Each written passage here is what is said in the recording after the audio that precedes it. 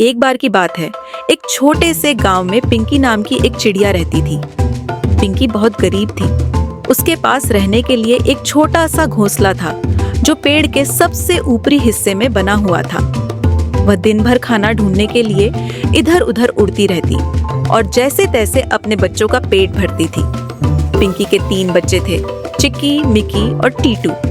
सभी बहुत प्यारे थे और हमेशा अपनी माँ की मदद करने की कोशिश करते रहते थे।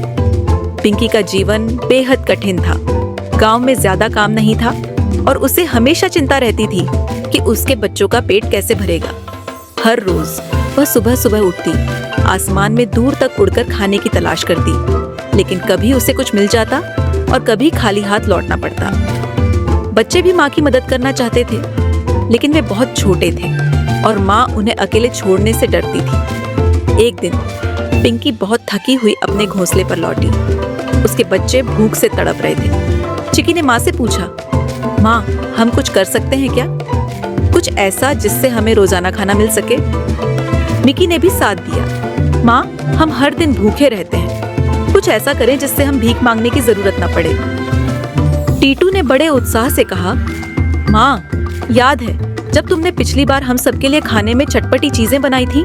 वो बहुत स्वादिष्ट थी। पिंकी को याद आया कि उसने बच्चों के लिए कुछ मसालेदार पानी और कुरकुरे चावल बनाकर खिलाया था, जिसे बच्चों ने बहुत पसंद किया था।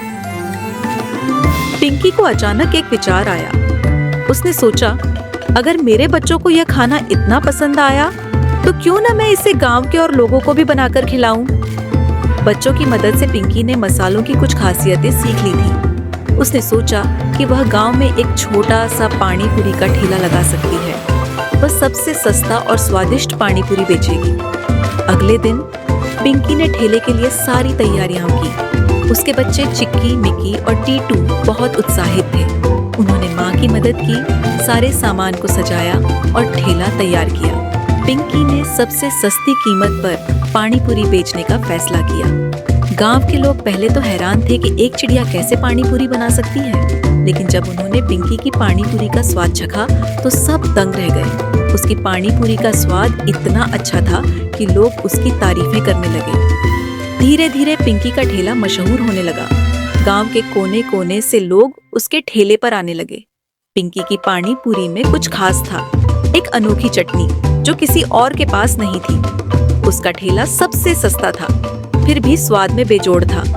अब पिंकी की मेहनत रंग लाने लगी थी। हर दिन उसकी बिक्री बढ़ती जा रही थी। लोग दूर दूर से उसके ठेले पर आते थे। उसने अपने बच्चों को भी इस काम में लगा लिया था। चिक्की ग्राहकों से ऑर्डर लेती, मिकी मसाले मिलाने में मदद करती और टीटू ठेले की सफाई करता। कुछ महीनों में पिंकी ने इतना कमा लिया था कि उसने अपना ठेला बड़ा कर लिया। अब उसके पास एक पक्का स्टॉल था और लोग वहां घंटों लाइन लगाकर पानी पूरी खाने आते थे। पिंकी अब गांव की सबसे प्रसिद्ध चिड़िया बन चुकी थी। उसकी सस्ती और स्वादिष्ट पानी पूरी की वजह से वह गांव में सबकी पसंदीदा बन गई थी। लेकिन पिंकी की राह आसान नहीं थी। एक दिन गांव में एक नया पानी पूरी वाला आया जिसने उससे भी सस्ता बेचने का दावा किया। पिंकी थोड़ी घबरा गई, लेकिन उसने हार नहीं मानी। उसने अपनी चटनी में कुछ और खास मसाले मिलाए और अब उसकी पानी पूरी का स्वाद पहले से भी ज्यादा बेहतरीन हो गया। लोग वापस उसकी ओर खींचने लगे और उसकी बिक्री फिर से बढ़ने लगी। धीरे धीरे पिंकी ने अपने मेहनत से इतना कमा लिया कि अब वह गरीब नहीं रही। उसने अपने बच्चों के लिए एक बड़ा और सुंदर घर बनाया। उसके बच्चे अब अच्छे स्कूलों में पढ़ने लगे थे। पिंकी ने गांव के बाकी गरीब चिड़ियों को भी रोजगार देना शुरू किया। उसने उन्हें सिखाया कि कैसे पानी पूरी बनाई जाती है और अब उनके साथ मिलकर काम करती थी। पिंकी की यह कहानी यह सिखाती है कि चाहे परिस्थितियां कितनी भी कठिन क्यों न हो, अगर इंसान या चिड़िया अपनी मेहनत और हुनर पर विश्वास रखे तो सफलता जरूर मिलती है। पिंकी की पानी पूरी की यह यात्रा एक उदाहरण बन गई कि छोटे छोटे कदम भी बड़े बदलाव ला सकते हैं। अब पिंकी गांव की सबसे अमीर और खुशहाल चिड़िया बन चुकी थी और उसका नाम पूरे गांव में गर्व से लिया जाता था। इस तरह पिंकी और उसके बच्चों की मेहनत, सच्चाई और पानी पूरी के अनोखे स्वाद ने उन्हें गरीबी से अमीरी की राह पर पहुंचा दिया। इस बार मैं तुम्हें एक भी पटाखा नहीं दिलाऊंगा। तुम्हारी हरकतें पहले ही बहुत बढ़ चुकी हैं। कालू, आप मेरे बेटे को पटाखे दिलाने से मना क्यों कर रहे हो? जंगल के सारे पक्षी पटाखे जलाएंगे, मेरा बेटा क्या उनका मुंह देखेगा? गौरी, पिछली बार भूल गई क्या? जग्गू ने कबूतर की पूंछ में पटाखा बांध दिया था। बेचारे की पूरी पूंछ जल गई थी। अरे, आप अभी तक उस कबूतर का दुख मना रहे हो? मैं तो कब की भूल चुकी हूँ। जाओ मेरे जग्गू को पटाखे दिला दो, वरना मुझसे बुरा कोई नहीं होगा। पापा, मुझे सबसे बड़ा वाला रॉकेट चाहिए और तेज आवाज करने वाले पटाखे। बेटे, तुम अभी छोटे हो, बड़े पटाखे लेना सही नहीं होगा, चोट लग जाएगी। नहीं पापा, मुझे बड़े पटाखे ही चाहिए, वरना मैं आपकी शिकायत मम्मा से कर दूंगा। ठीक है, ले लो, लेकिन ध्यान रखना कोई शैतानी मत करना। इस बार तो कबूतर अंकल की खैर नहीं। पिछली बार मैंने थोड़ा सा क्या जलाया, पूरे जंगल में चर्चा कर दी। टुन्नू अंकल को भी सबक सिखाना है। जग्गू पापा ने पटाखों के लिए मना तो नहीं किया? नहीं मम्मा, मैंने ढेर सारे पटाखे लिए हैं। अब कबूतर अंकल की तो खैर नहीं। मिट्ठू अंकल, आपने कबूतर अंकल को देखा है? हाँ, मैंने उन्हें नदी की तरफ जाते देखा है। नमस्ते कबूतर अंकल, इस बार मैं सॉरी बोलने आया हूँ। पिछली बार के लिए माफी चाहता हूँ। हम ठीक है, आगे से कोई शैतानी मत करना।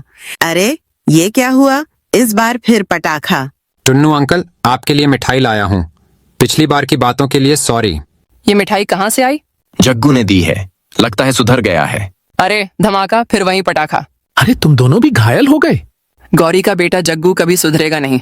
हा हा, देखा, सबके मुंह एक जैसे फूटे हैं। गौरी, तुम्हारा बेटा बहुत बड़ी शैतानी कर रहा है। अब बच्चे शैतानी नहीं करेंगे तो क्या हम बड़े करेंगे? जग्गू, आजा, दिए जलाते हैं। जग्गू, ये तूने क्या किया? सारे पटाखे जल गए। गौरी, अब समझ आई उन तीनों को भी कितनी चोट लगी होगी। अब मैं समझ गई कि बच्चों को शैतानी सिखाने के बजाय अच्छी बातें सिखानी चाहिए। एक बार की बात है, एक घने जंगल में एक छोटी सी चिड़िया और एक चालाक कौवा रहते थे। वे दोनों बहुत अच्छे दोस्त थे और साथ में खूब खेलते थे। एक दिन वे जंगल में घूम रहे थे तो उन्हें एक पुराना कागज मिला। कागज पर एक खजाने का निशान था। चिड़िया बहुत खुशी हुई और बोली, चलो हम इस खजाने को ढूंढने चलते हैं। कौवा ने कहा, लेकिन खजाना ढूंढना इतना आसान नहीं होगा, हमें बहुत सारी परेशानी का सामना करना पड़ेगा। वे दोनों कागज को लेकर जंगल में चल पड़े। रास्ते में उन्हें कई तरह के जानवर मिले। कुछ जानवरों ने उनकी मदद की तो कुछ ने उन्हें रोकने की कोशिश की। रात होने लगी थी। चिड़िया और कौवा एक पेड़ पर बैठकर आराम करने लगे। तभी उन्होंने एक अजीब सी आवाज सुनी। वे डर गए और एक झाड़ी में छिप गए। थोड़ी देर बाद उन्हें एक बड़ा सा उल्लू दिखाई दिया। उल्लू ने उनसे पूछा, तुम दोनों यहाँ क्या कर रहे हो? चिड़िया और कौवा ने उल्लू को नक्शा दिखाया।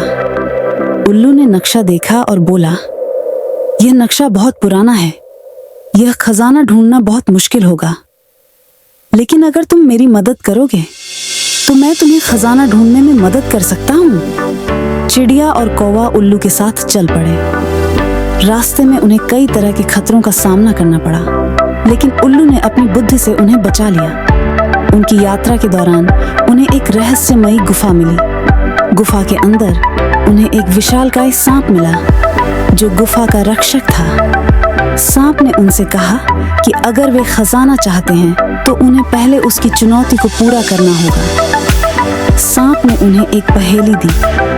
अगर वे पहेली का सही उत्तर दे देते तो उन्हें खजाना मिल जाता।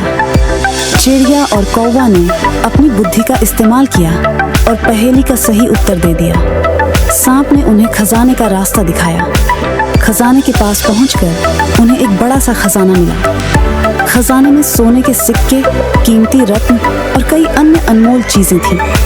लेकिन खजाने के पास एक रहस्यमयी संदेश लिखा था। संदेश में कहा गया था कि खजाने को ले जाने के लिए उन्हें एक जादुई मंत्र बोलना होगा। चिड़िया और कौवा ने संदेश पढ़ा और मंत्र बोलने की कोशिश की, लेकिन मंत्र काम नहीं कर रहा था। वे बहुत निराश हो तभी एक रहस्यमयी आवाज सुनी। आवाज ने कहा, तुम मंत्र को सही तरीके से नहीं बोल रहे हो, मुझे तुम्हारी मदद करनी होगी।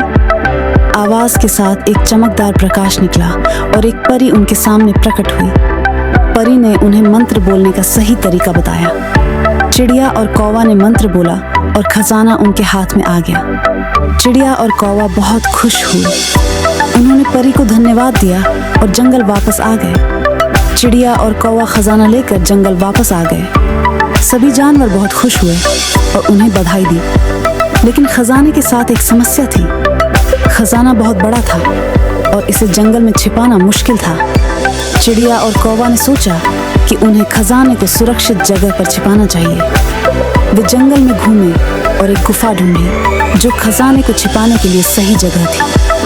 गुफा बहुत गहरी थी और कोई भी जानवर वहां आसानी से नहीं पहुंच सकता था। वे गुफा में खजाना छिपा दिया और गुफा का मुंह बंद कर दिया। लेकिन उन्हें डर था कि कोई जानवर गुफा का पता लगा लेगा और खजाना चुरा लेगा। चिड़िया और कौवा ने सोचा कि उन्हें खजाने की रक्षा करने के लिए कुछ करना चाहिए। वे एक योजना बनाई।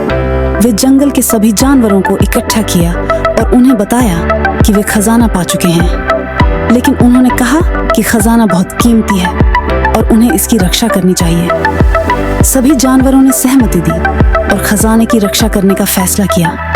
वे गुफा के पास पहरा देने लगे। दिन रात वे गुफा की रखवाली करते रहे। एक दिन एक शक्तिशाली शेर जंगल में आ गया। उसने सुना था कि जंगल में एक खजाना मिला है। शेर ने सोचा कि वह खजाना अपने लिए ले लेगा। वह गुफा की तरफ बढ़ा। जंगल के जानवरों ने शेर को देखा और उसे रोकने की कोशिश की। लेकिन शेर बहुत शक्तिशाली था और उसने जानवरों को हटा दिया। वह गुफा के पास पहुंच गया और गुफा का मुंह खोलने की कोशिश की। वह डर के मारे वहां से भाग गया। जंगल के जानवर बहुत खुश हुए और चिड़िया और कौवे को धन्यवाद दिया। उन्होंने खजाने की रक्षा करने के लिए अपना काम जारी रखा।